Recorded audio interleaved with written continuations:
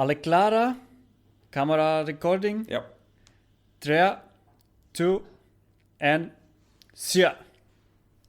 And then we jump off with 7 miles per second, 7 kilometers per second. What's it, Espen? It's about 250 kilometers per hour, which is about 70 meters per second. 70 meters per second.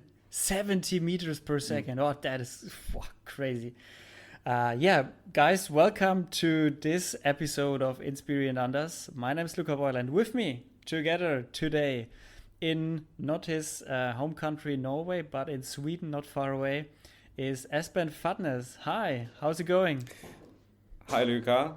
It's going good. I'm correctly in Sweden. I had to escape Norway. They're too strict on those corona rules, so I couldn't be there anymore. Now, I'm here in Stockholm, flying in an indoor Wingsuit tunnel facility, which is like our dream gym. It's where we can perfectionize the muscle memory of human flight.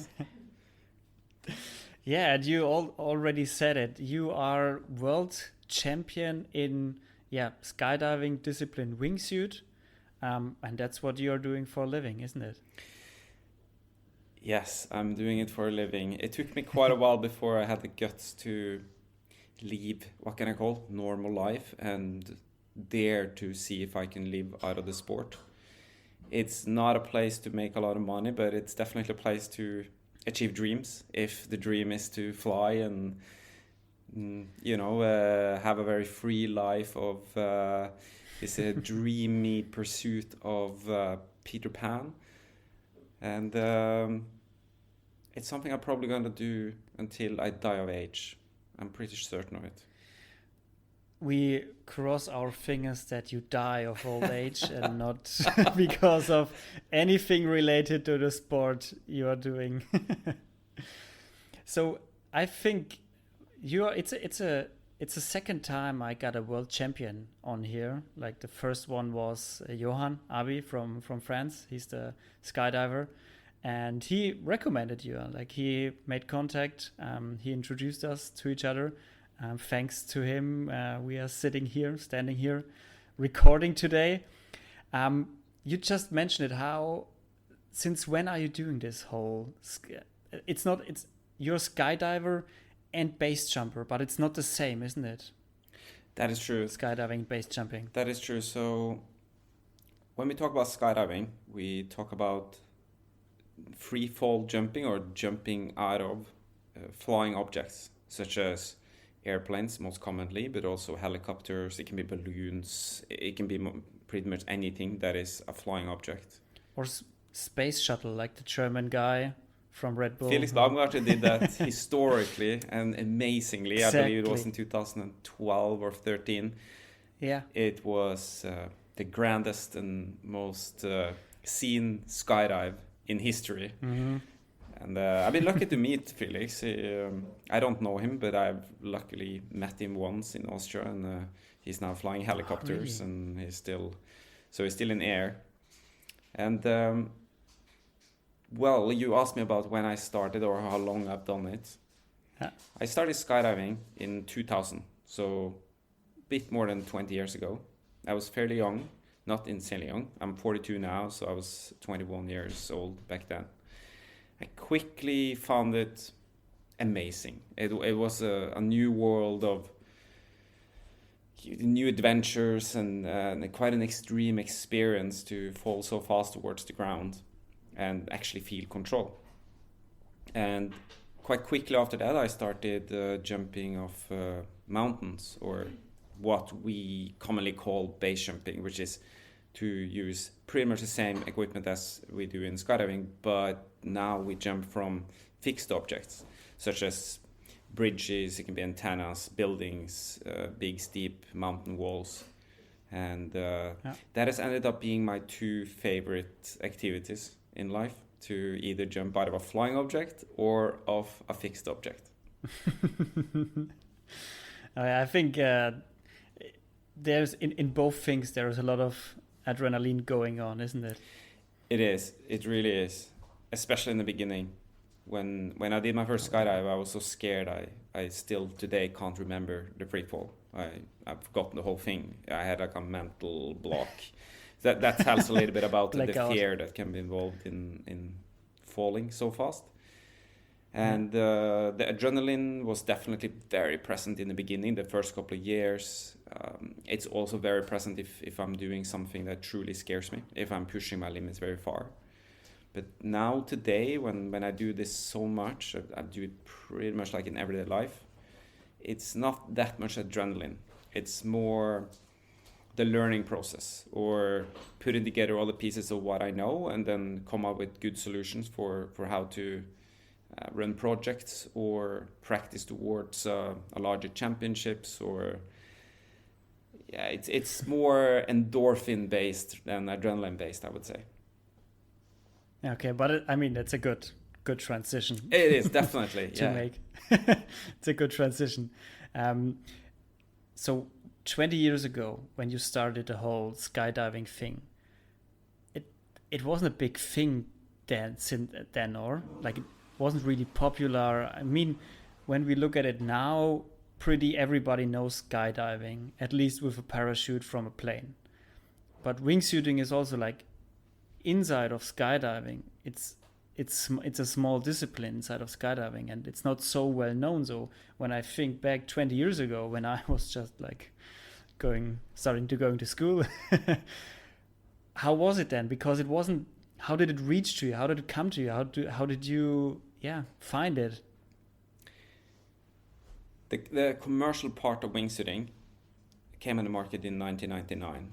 So the last year before 2000, that's when the common or normal skydiver was able to buy a wingsuit and go to a drop zone, a skydive center, and actually jump it. And I entered the scene the year after. And it's funny. You can say that the skill level was amazingly low because it was so early in the beginning. The people that made the suits and started this, they totally stepped into the unknown. Some of them definitely had some other skills from skydiving that made them quite capable of doing risk assessments. But a lot of the people that started wingsuiting were not very capable skydivers.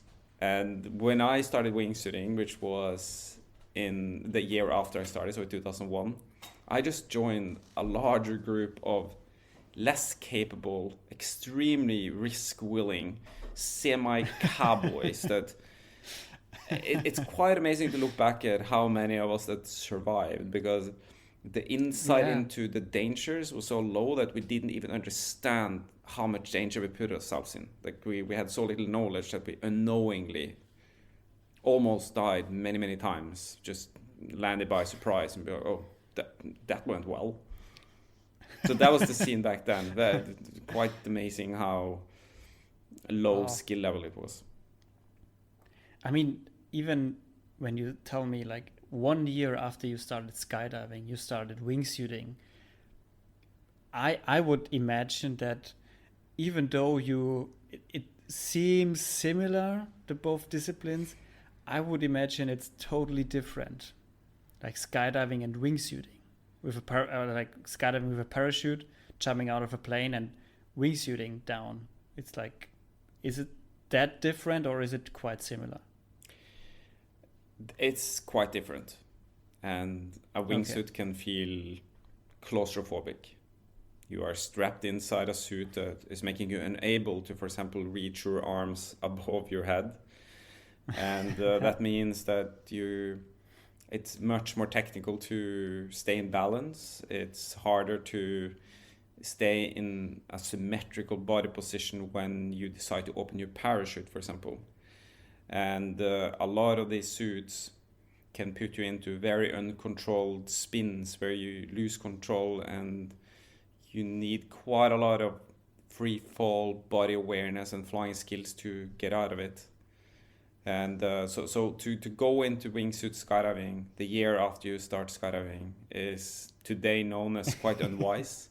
And the experience level I had is also regarded today horrible to go into wingsuiting. But back then life was slightly different, and we hadn't yet seen a highly skilled group of instructors and mentors that realized what was needed to, in a more safe way, approach wingsuiting.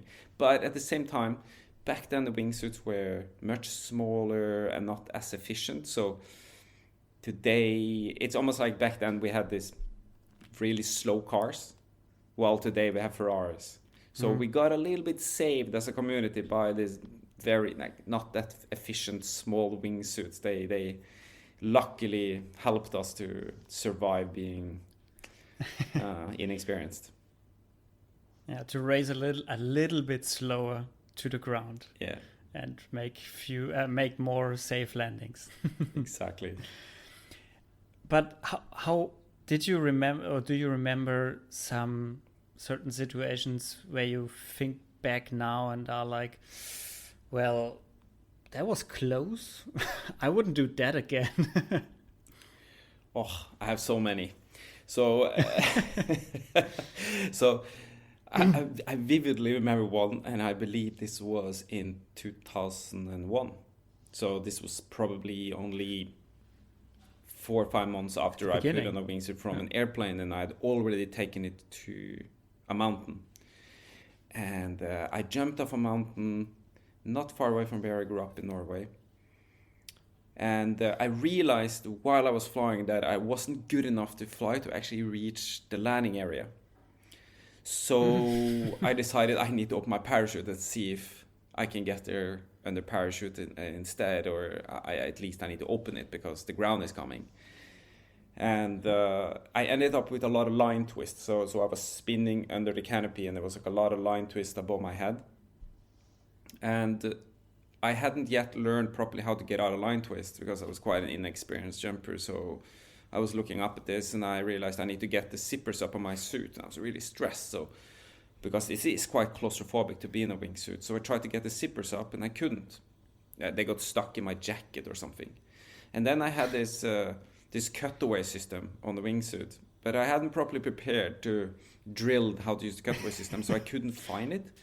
So after a lot of battling, I realized, okay, I'm 5 seconds away from crashing into this hillside, really steep hillside under my canopy, and I just need to do whatever I can to turn the canopy in a better direction. And I grabbed up and I did whatever I could, and luckily I was able to turn away from the hill. I was probably 3-4 meters away from it.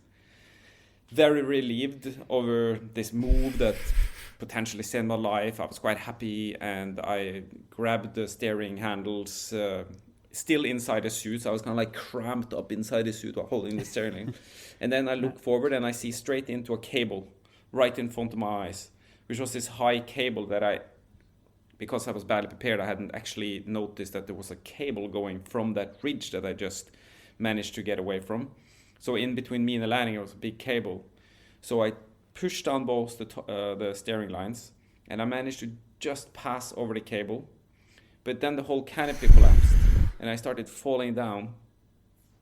And I basically crash landed in a garden. I landed on my back under a canopy that didn't fly particularly well. Yeah. And I landed luckily in a bunch of bushes. So I was just laying on my back in these bushes, still inside the suit. Like I hadn't actually been able to unzip the suit or anything. And I was laying down there thinking, I think I need to do some more skydives and prepare better next time. Whoa, there wasn't only one situation. There was like 3 in one. Yeah. Oh my God. I mean, how high were you when the parachute collapsed? Like, what do you think? Maybe about 50 meters above the ground. Yeah, I think that 40, 50 meters above the ground. And then I was just going straight down under what we call a stalled out canopy.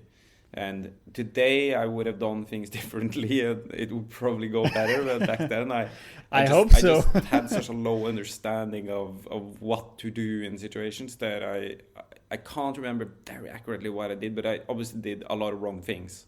that just constantly put me into this almost really bad situations. And then finally I was just laying on the ground, really happy to be on the ground, really relieved to have the soft bushes under me and thinking, well, I got away with that one as well.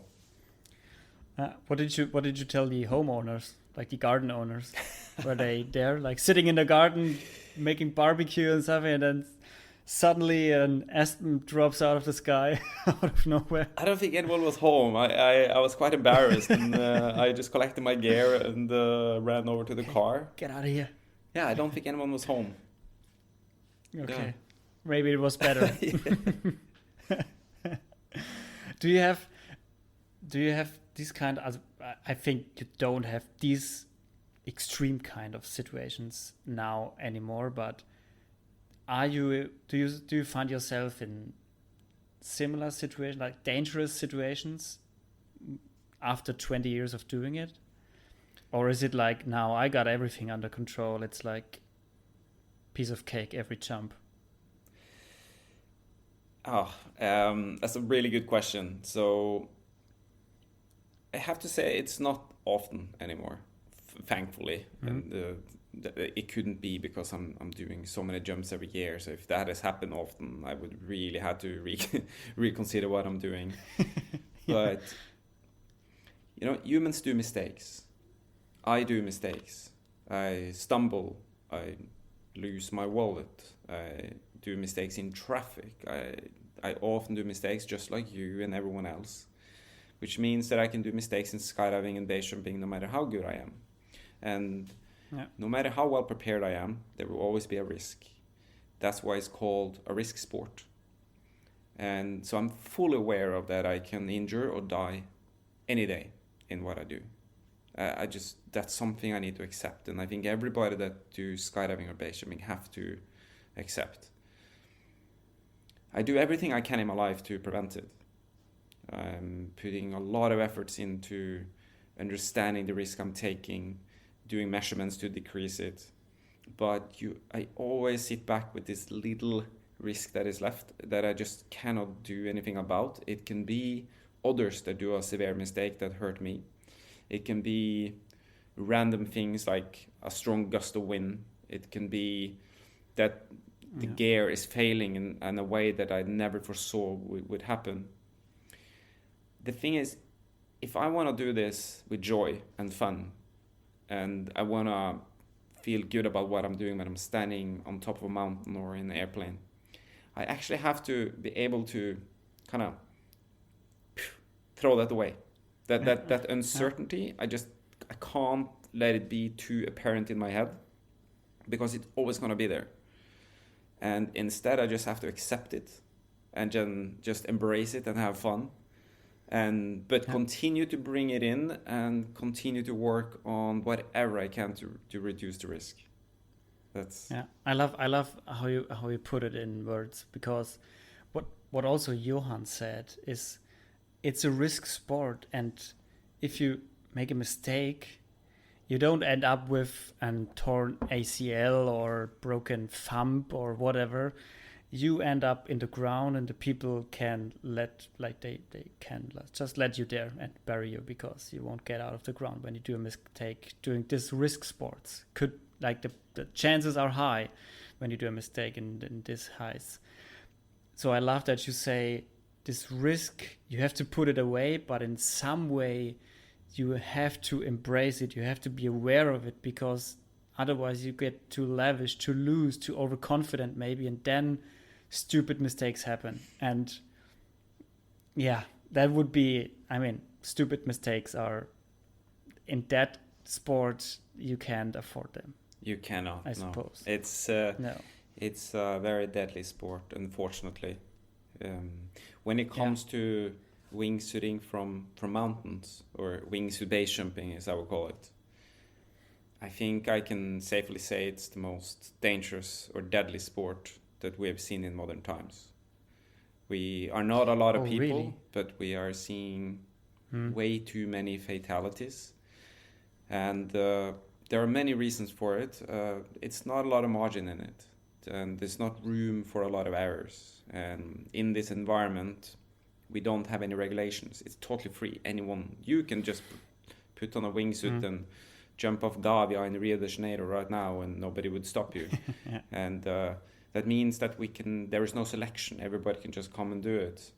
And what we see is that this is a sport for the most risk willing. So we see a lot of fairly young guys that by personality is very risk willing.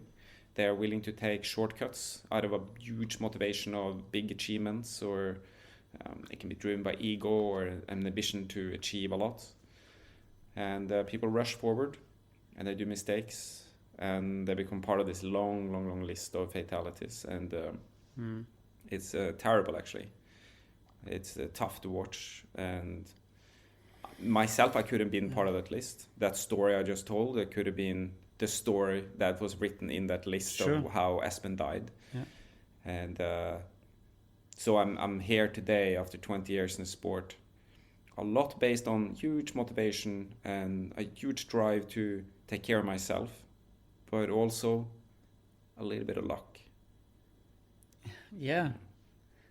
It also it always has to be a little bit of luck, or bad luck. It's also possible. Yeah. Is it what popped up in my mind when you talked about like this young people risk seeking, looking for the thrill maybe of like more adrenaline with everything they are doing? You're doing this for quite some time now. Do you see a difference now that social media is so present in young people's life, that they are like maybe people coming and trying wingsuiting because they say, I have to do that, like that is so crazy, I have to top my last thing I did, and after like wingsuiting, base jumping, I have to do the next crazy thing until there is no crazier thing to do? Like, have you experienced that, or is it like no, that's not happening? The development of the sport today is on high octane compared to what it was in the early 2000s before social media. And it's both positive and negative. So the negative part of it is that people may make choices of how much risk they want to take based on creating videos or something spectacular they want to display to the broader audience.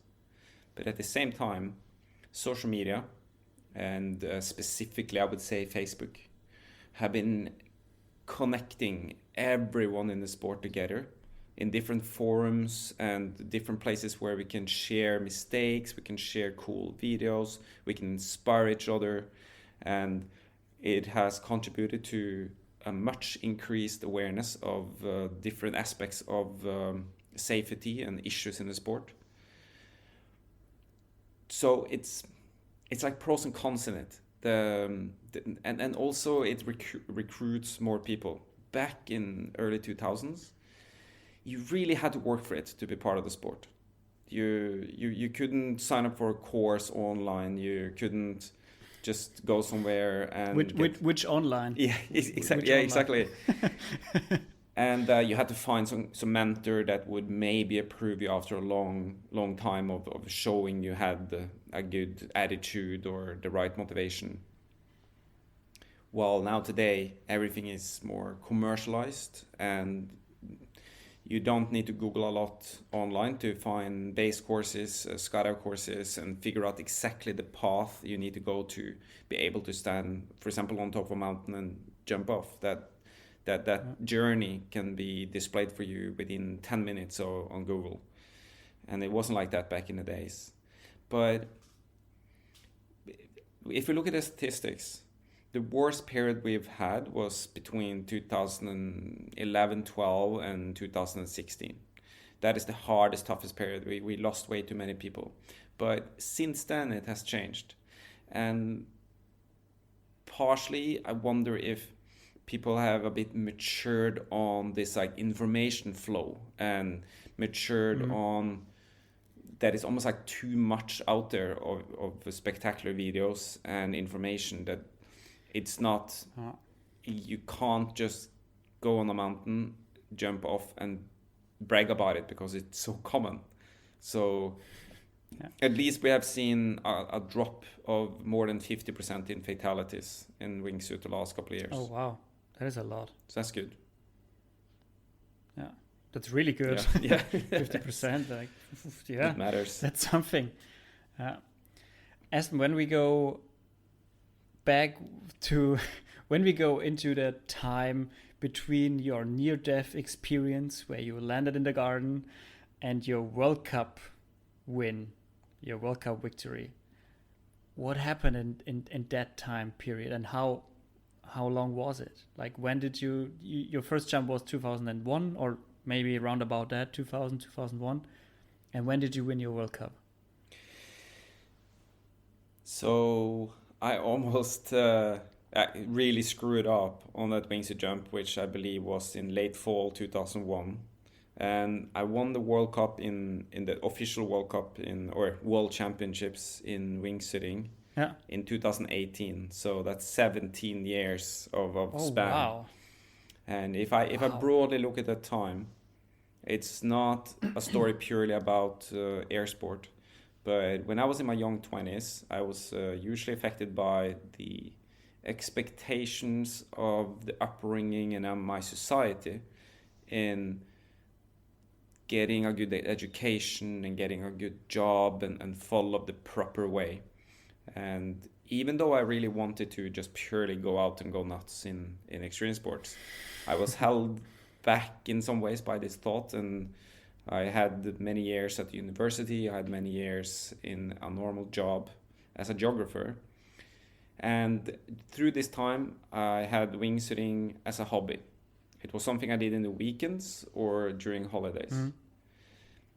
At some point, and this was around 2011, I started to struggle with defending going up in the mountains and jump because the job was so demanding that I was starting to feel uncurrent, especially uncurrent compared to the level in the sport. And at the time, I met a young guy from Norway, Yuki Sommer, which totally had a totally different upbringing, obviously, because he just, when he passed 20, he was like, I'm going to be a professional wingsuit base jumper.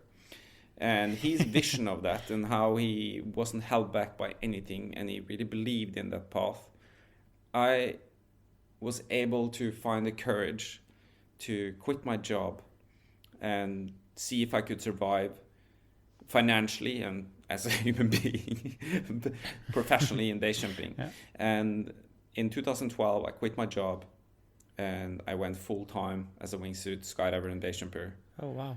And with that came a different focus on how much resources I wanted to put in getting good. So my thought at that time was, if I'm going to survive this sport for a long time and do it in everyday life, in huge quantities, I need to get insanely good.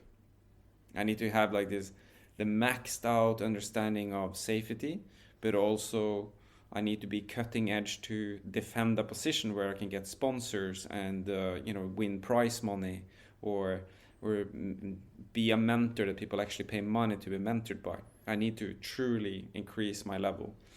And from that point, I turned into, I would say, quite a serious, I don't know about the word athlete, but a serious, passionate wingsuiter, where I was practicing mentally, physically. I was doing tunnel flying, skydiving, huge amounts, and lots of base jumps. I wanted to be current. I wanted to discover everything. And that turned into a victory at the FAI World Cup of wingsuit flying in 2015. That was the first year it became an official discipline. And oh wow, you were the first to win it. Yeah. And then nice. From there, I got to be part of the national team in skydiving in Norway, which gave me support to train even more. And I met my girlfriend that I am living with today, which at that time was a professional tunnel coach and incredibly skilled in body flying. And we basically joined up together, and I said, okay, you got all these amazing skills in indoor vertical tunnel flying, and I got all these skills in the mountains and wingsuiting. Let's team up and learn from each other and make a power team. And then from there, it just moved on with ridiculous amounts of travels and flying and training, and it just built on and built on. And I would say that the biggest moment, at least in terms of competition, happened in 2018. Because in 2018, the sport of competing in wingsuiting from airplanes had grown really big, and the level was really high. And it was the World Championships, and it was one of those competitions where everything went my way. Like every single round was one of the best jumps I've ever done. And I had some luck as well. And it was like everything, it was kind of like all the planets were in the perfect line in a way for me. And the last day, before the last jump, I realized that I'm actually going to make this. I'm actually going to win. And I remember quite vividly when I came out of the measurement window and I was finished with the competition, I was still in free fall. I was just kind of singing to myself like, I am a world champion. Woo! And I kept on flying for about 30 seconds laughing, and I was like, oh my God, this just happened. That's it. That's wow. Because it's a huge difference between, you know, getting a solid result, ending up in 5th or 4th, and then actually win it. Because to win, it's the best. It's really hard. Like there are a lot of people around that are trying really hard to win, and it might be that I'm never winning again. It might be that was the only time in my life I could titulate myself as a world champion. That could be, yeah. And I was really enjoying it. It was a weird experience, being really proud of myself after a lot of years of training and hard work. Yeah. So that was 17 years, almost crashing it. Crashing a barbecue till winning the World Cup. Exactly. Okay. Yeah. 17 years. I can imagine that what you're saying. That's exactly why when we talk about a sport and we talk about the GOATs, like the greatest of all times to do this sport, like some names pop up like Cristiano Ronaldo in football or Tom Brady in American football. It's like, because they did something no one else did before them, they continued winning. Like they won and won and won and won. And every sport has like so many good, excellent athletes who could win, who just need the stars to align perfectly, and you win. But the GOATs are like, they are the GOATs because they won and won and won, and they never stopped winning. And that's why I can imagine that what you're saying, that it's like really hard to repeat it. I can imagine that, and that's why so few are actually achieving this goal. Like so few in sports, like achieving goals in general, like winning World Cup after World Cup, and never losing or going in second place. And that's why it's amazing to win once. Yeah. That's amazing. Like you 2018, you were the best of the best skydivers in the world, and that is fantastic. I mean and I'm glad to hear that you enjoyed it, that it was such an intense moment for you, and that you could even enjoy it while still competing, like while still flying. That's crazy. Congratulations for that. Thank you. When is the next World Cup? It's in August. And okay. There has been a bit of a twist. So when I won in 2018, I won in a discipline called performance wingsuit flying, which is almost like drag race of wingsuiting. It's a competition where they see who can fly the fastest, the furthest. It's like the max out performance you can get out of a race suit, like the most badass suits we have. There is another wingsuit discipline, which is more like dancing in the sky. It's called acrobatic wingsuit flying. And it is quite similar to acrobatic airplane flying, where they're doing all these acrobatics.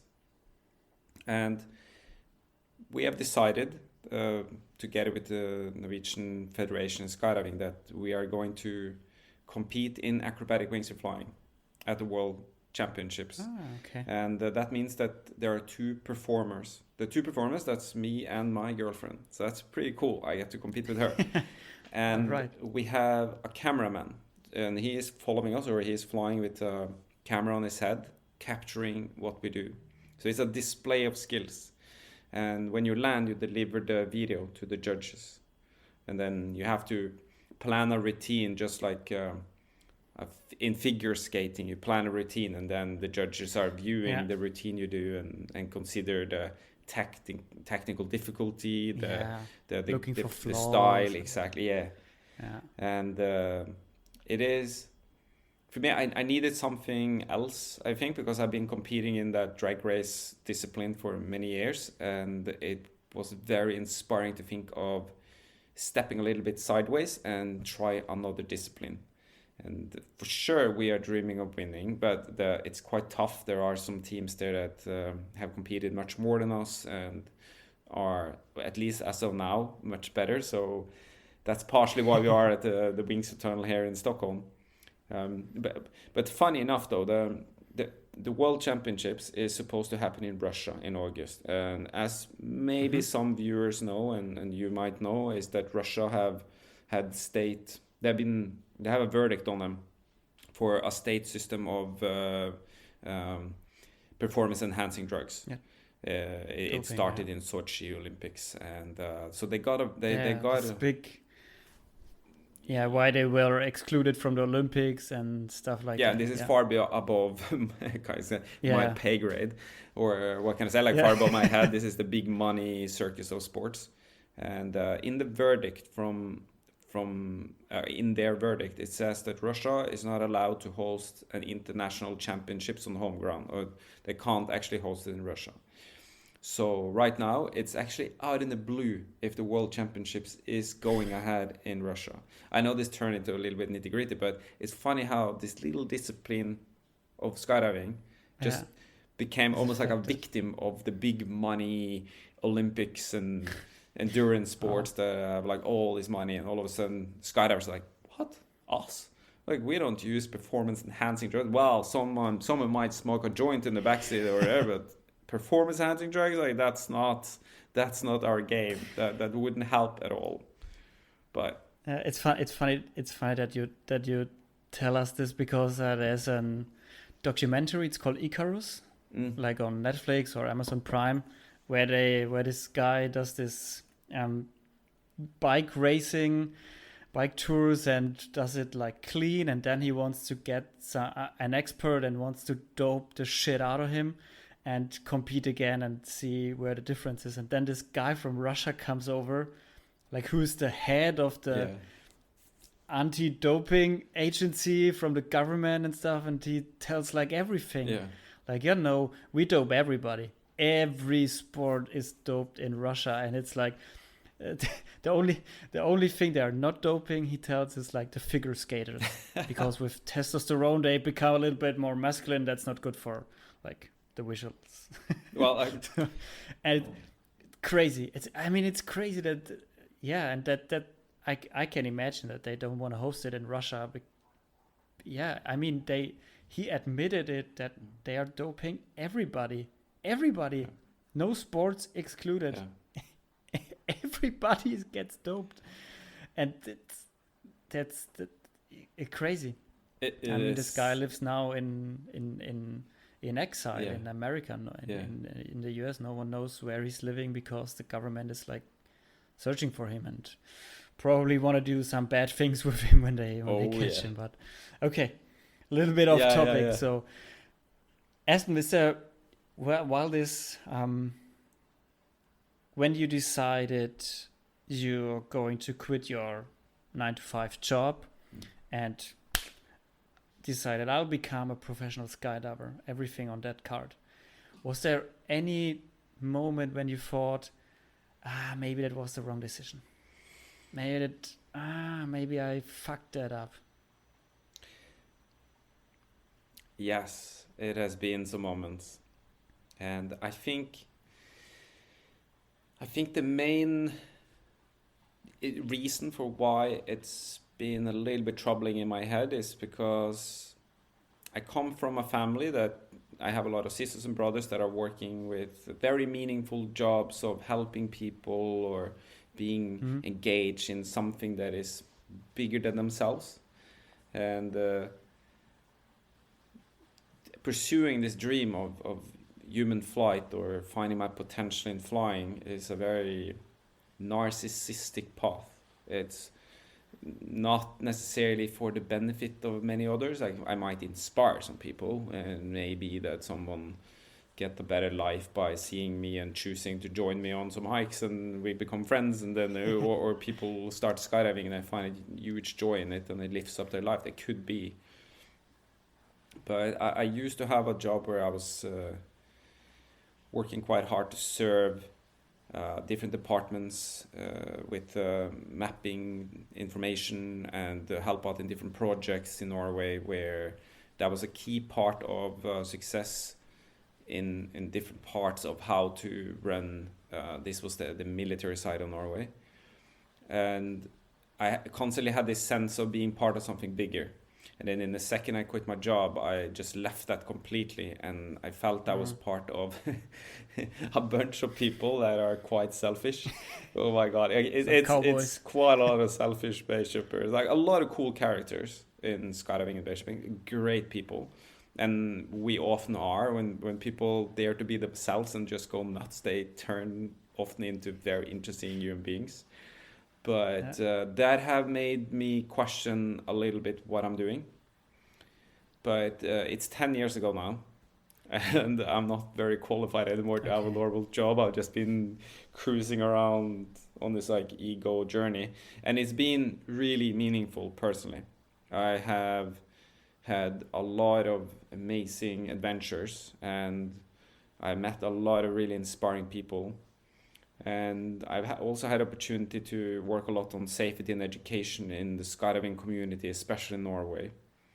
And that is a passion that maybe is extra driven because it gives a little bit more of a meaning to what I do than just pursuing my own perfection or learning curve. But apart from that, it feels extremely meaningful. It's something about finding something in life that really give goosebumps to think about.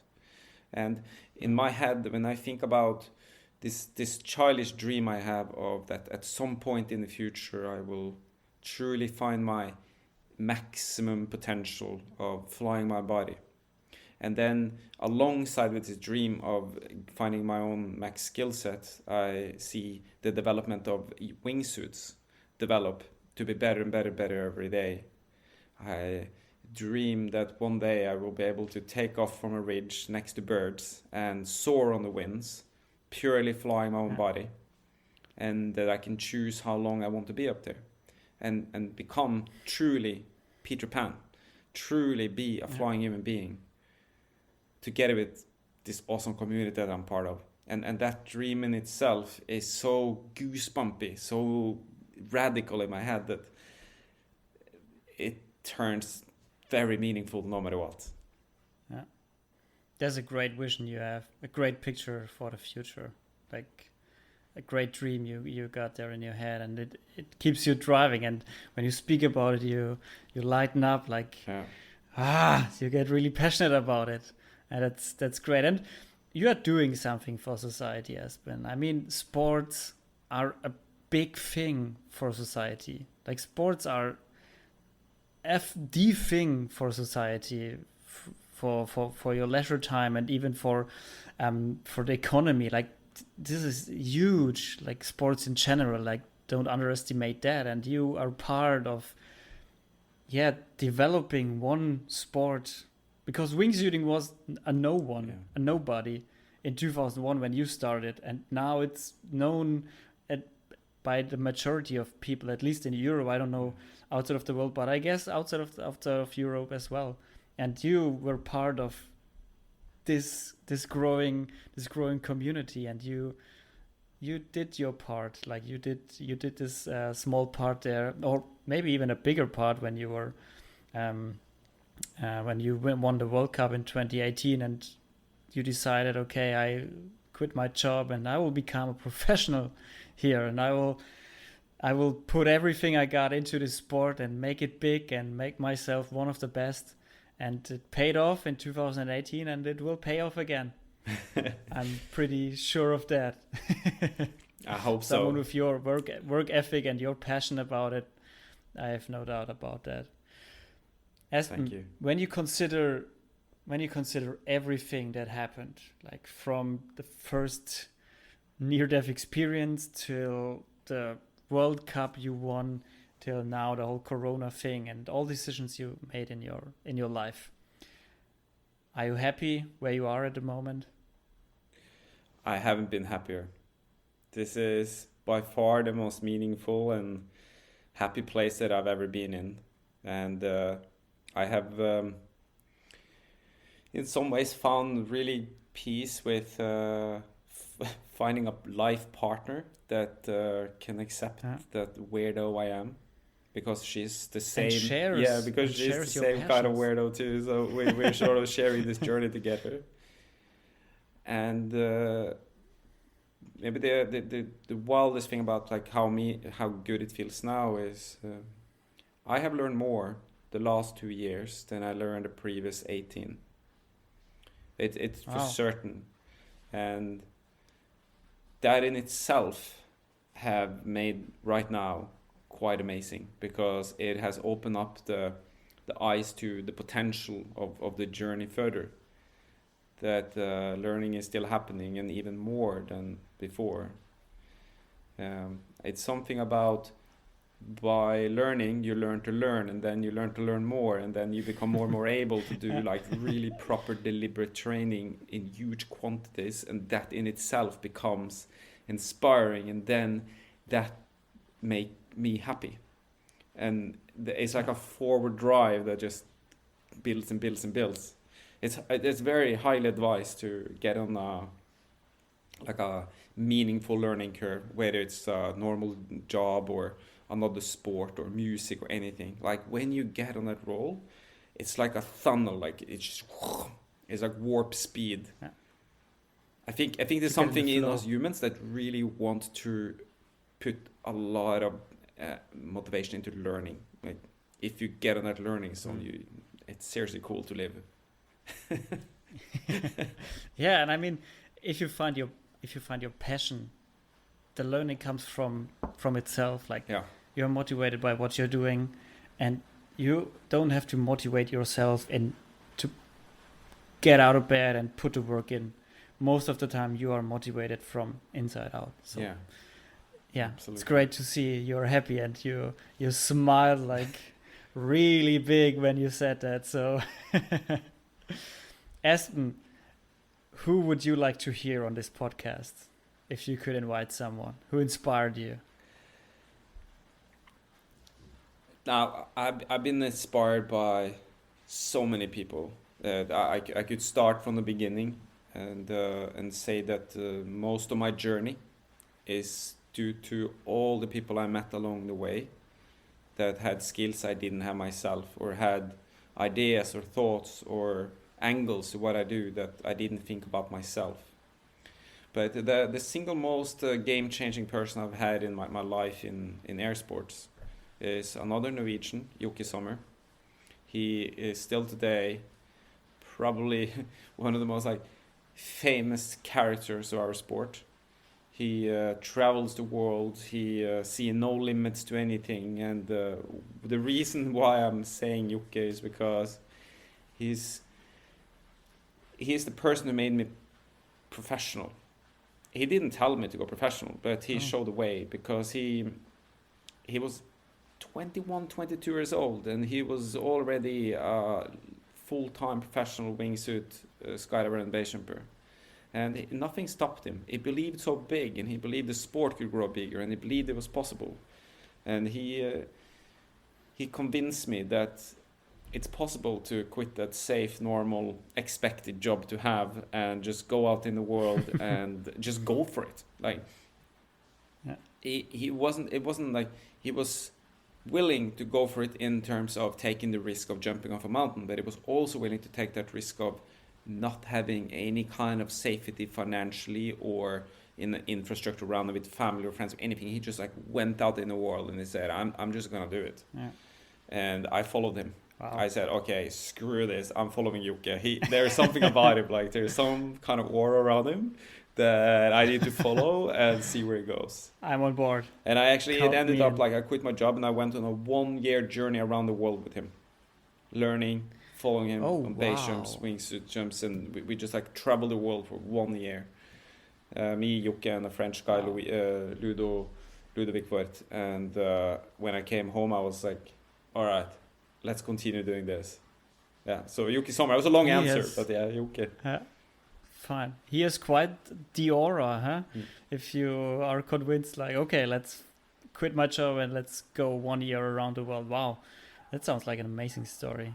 I hope I can get him on the podcast. I think he's going to spend the next 2 months on Sumatra, I believe it's called, somewhere in the Indonesia, Yeah. because he wanted to spend 2 months improving his surfing skills so he could have surf a tube for more than 2 minutes or something. So he is on this little island somewhere in one of the most remote places in the world. So I think I won't catch him there, No. but maybe afterwards. Espen, what's your favorite song?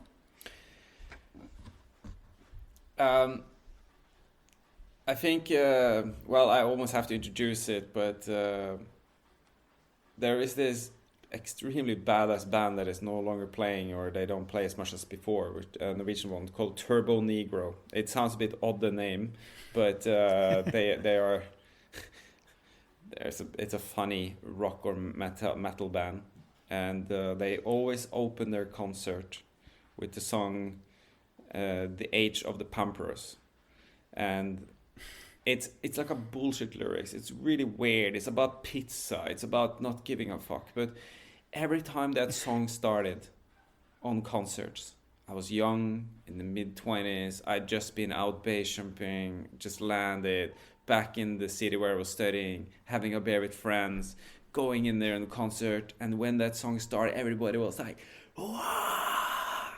And it just builds up, and then they go completely crazy with makeup and weird uniforms, just going nuts. And it was always the best of times when I went to concerts with Turbo Negro.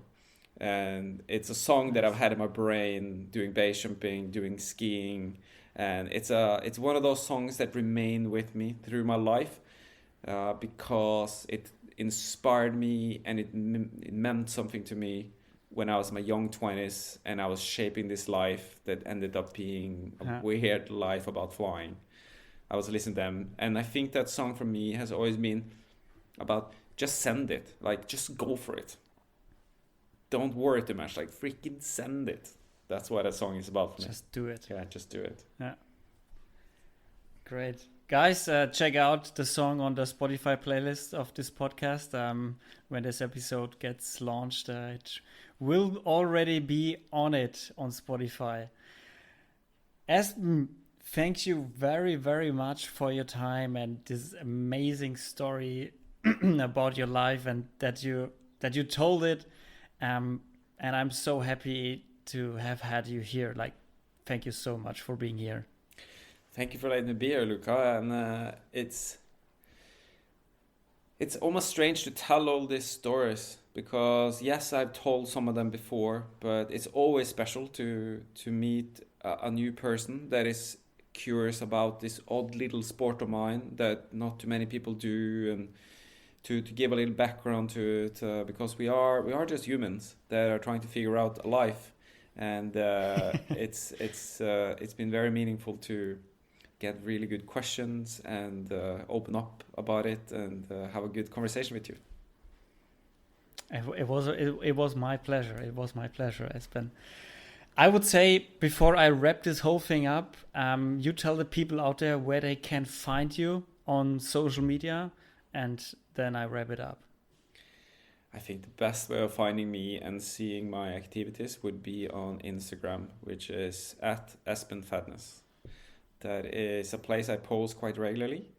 I don't post every day, but I try to post quality whenever I do, and try to make some funny Insta stories sometimes.